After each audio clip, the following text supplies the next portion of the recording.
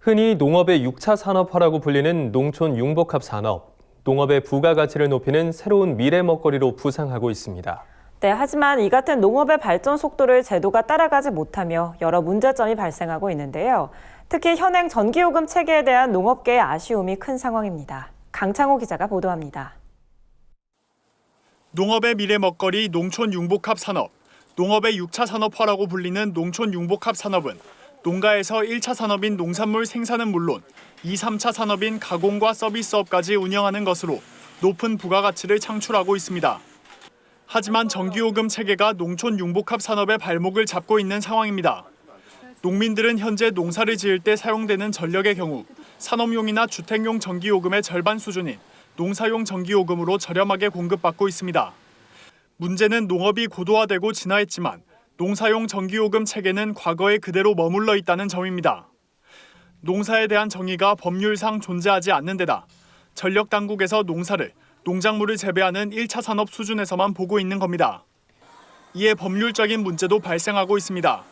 예를 들어 관람객을 받는 체험 농원을 운영하는 농가의 경우 농사용 전기요금 대상이 되는지에 대해 전력 당국과의 법적 분쟁의 소지가 다분하다는 겁니다.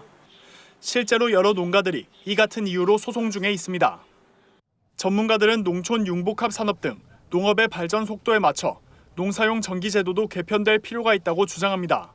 현행 제도의 운영 자체가 문제가 있다는 거고, 두 번째는 농사용 전기 자체에 대한 규정이 너무 옛날 방식으로 돼 있으니까. 국회에서도 전기요금 체계 개편 움직임이 나타나고 있습니다.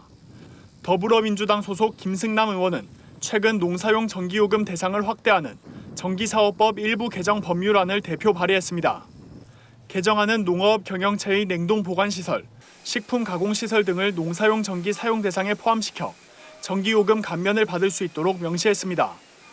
또 미국 종합처리장도 농사용 전기요금 적용 대상에 추가했습니다. 김승남 의원은 농가의 소득 증대와 더불어 농촌 융복합 산업을 활성화시키기 위해 개정안을 발의했다고 설명했습니다.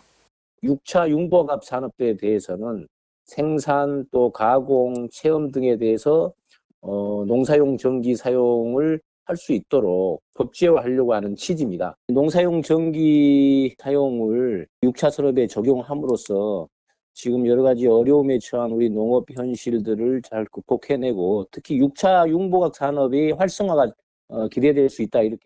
농업의 발전 속도를 따라가지 못하는 현행 전기요금 체계를 개편해야 한다는 농업계의 목소리가 거세지고 있습니다. MBS 뉴스 강창호입니다.